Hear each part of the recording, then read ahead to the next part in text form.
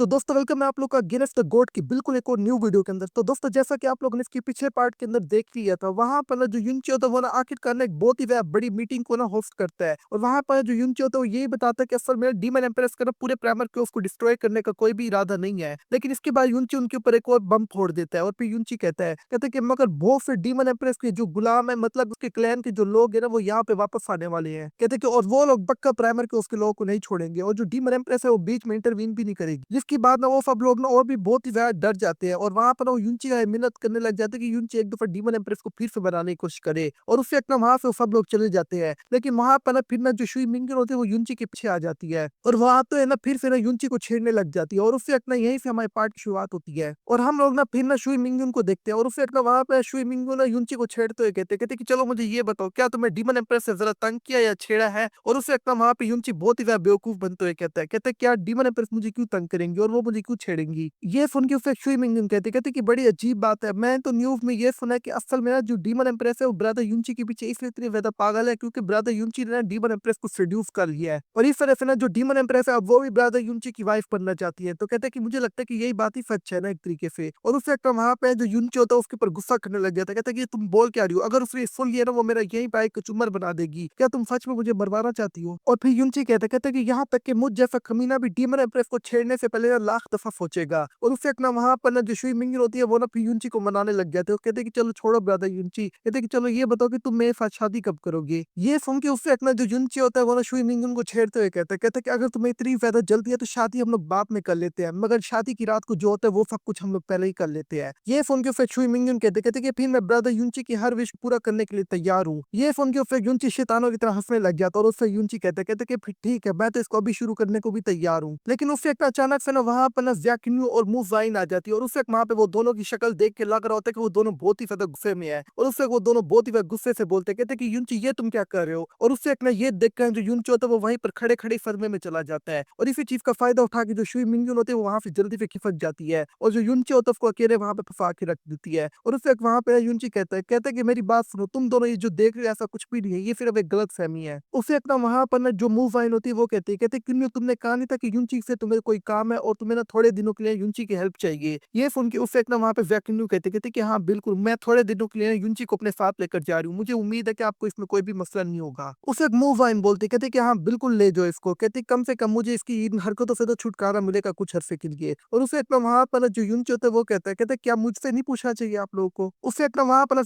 युनची गुस्से से पकड़े वहां से लेकर जाने लग जाती है और वो कहते कि तुम तो मुंह बंद ही रखो, बस तुम्हें फजूल हरकतें ही करने आती हैं। उसे इतना वहां पे ना हमारा सीन शिफ्ट हो जाता है और हम लोग ना युनची को देखते हैं और फिर युनची कहते क्यों आखिर तुम्हें मेरे से काम क्या है। और उससे इतना वहां पर जैकिन्यू कहते कि एक मिनट रुको, पहले तुम मेरे एक सवाल का जवाब दो। और उससे जैकिन्यू कहते क्या तुम्हारे पास डार्कनेस को कंट्रोल करने की भी पावर है। ये सुन के ना उसे युनची कहते कि हाँ बिल्कुल, कहते कि मगर इस बारे में तुम्हें कैसे पता चला। और उसे वहां पे ना जैकिन्यू कहते क्योंकि उस दिन ना जब ना तुम ना जो क्या फैंगटियाना उसका इलाज करने के लिए गए थे ना बर्मा गोड एम्पर का, तब तुमने कहा था कि तुमने उसकी बॉडी के अंदर चुपके से डार्कनेस की पावर को ना और भी ज्यादा इंक्रीज कर दी है। और उससे वहां पे युनची कहता है कि मगर इससे मेरी डार्कनेस की पावर का आखिरकार ताल्लुक क्या और तुम इसके बारे में और क्यों जानना चाहती हो। और उससे इतना वहां पर जैकिन्यू कहते कि तुम्हें याद है जब तुम क्या फैंगटियान का इलाज करने गए थे मेरे साथ, तब तुमने उससे अपना बर्मा गोड एम्पर की बॉडी के अंदर चुपचाप ना एक ना पॉइजनस प्लांट कर दिया था और तुमने ना उसको ना डार्कनेस की जो पावर है ना बर्मा गोड एम्पर के अंदर जो थी, डार्कनेस की जो एनर्जी है उसके अंदर छुपा दिया था। क्योंकि दोस्तों अगर आप लोग को याद है जो जैस्मीन है उसने बर्मा गोड एम्पर के ऊपर जब अटैक किया था उसकी बॉडी के अंदर कई सारी डार्क पावर चली गई थी और युनची ने उसको पूरे तरीके से क्लीन नहीं किया था अभी। और उस वक्त वहां पे वैक्यूम बोलती है, कहते कि इसका मतलब है कि ये सब एक सबूत है कि तुम ना असल में डार्कनेस की पावर को कंट्रोल कर सकते हो। और कहते कि ये बात बर्मा गोड एम्पर को ही पता लग सकती है। और फिर वैक्यूम कहते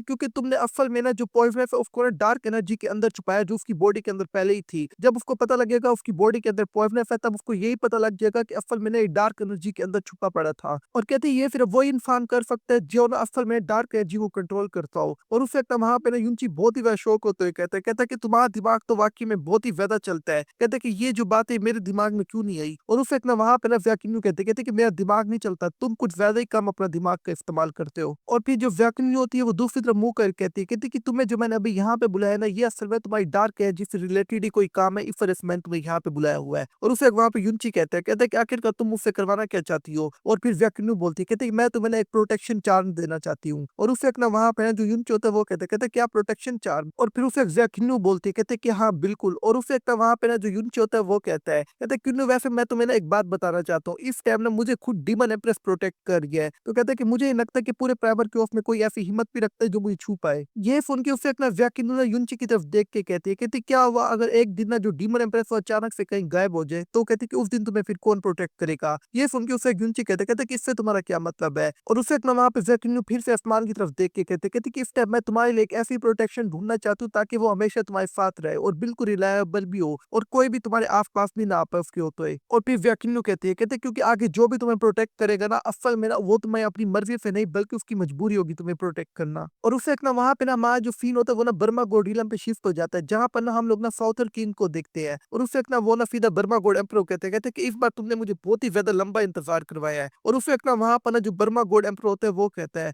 कि लगता है कि साउथर किंग इस बार ना वो जो डीमन एम्प्रेस वाला मामला उसके ऊपर डिस्कस करने आए हैं। ये सुन के उससे एक ना वहाँ पे जो साउथर किंग होता है वो कहते कि नहीं बिल्कुल भी नहीं, कहते कि मैं तो यहाँ पर ना क्या नहीं इंगर से मिलने के लिए आया हूँ। और उससे एक ना वहाँ पे बर्मा गोड एम्परर कहते कि ओ लगता है कि आपको इस बार फिर से ऐसे ही जाना होगा मुंह उठा के। कहते क्योंकि जो क्या नहीं इंगर है वो फिर से बर्मा गोडिलम के अंदर नहीं है। आपको पता तो है वो अक्सर वर्ल्ड को घूमती रहती है। ये बात सुन के ना उससे एक साउथर किंग कहते कि नहीं इस बार क्या नहीं इंगर की यहाँ पे जरूरत नहीं है। इस बार तो मैं पहले आपसे बात करना चाहता हूँ। और उससे एक वहाँ पे बर्मा गोड एम्परर कहते कि ओ लगता है कि इस बार वाकई में तुम जरूरी बात करना चाहते हो। और उससे वहाँ पे साउथर इलम के एम्परर बोलते हैं कहते हैं कि तुम्हें पता तो है मुझे साउथर इलम के थ्रोन पर बैठे हुए ना 20,000 साल से ही ज्यादा लंबा टाइम हो गया है। कहते हैं कि और अब तक ना मैंने अपनी कोई भी एम्प्रेस नहीं चुनी। तो कहते हैं कि मैं अपनी एम्प्रेस के तौर पे ना क्यानी इंगर को चुनना चाहता हूँ। ये सुन के उससे एक ना वहाँ पे बर्मा गोड एम्परर कहते हैं कि मुझे लगता है कि तुम यहाँ पे सिर्फ मजाक करने के लिए आए हुए हो। और उससे एक वहाँ पे साउथर एम्परर कहते हैं कि नहीं मैं यहाँ पे बिल्कुल मजाक नहीं कर रहा। कहते हैं कि वैसे भी तुम्हारे वो जो 3 बर्मा गोड रिलम के भाई थे ना वो कहाँ गए, लगता है कि वो तो कब के लुढ़क चुके हैं। कहते हैं कि और इस टाइम बर्मा गोडिलम की पावर बहुत ही ज्यादा कम हो चुकी है। और फिर साउथर एम्परर बोलते कहते हैं कि वैसे भी इस टाइम मुझे बहुत ही ज्यादा भरोसा है कि मैं आराम से सब कुछ ले सकता हूँ जो मैं लेना चाहूँ। और उससे अपना वहां पर ना जो बर्मा गोड एम्परर होता है वो बहुत ही ज्यादा गुस्सा करते हुए कहता है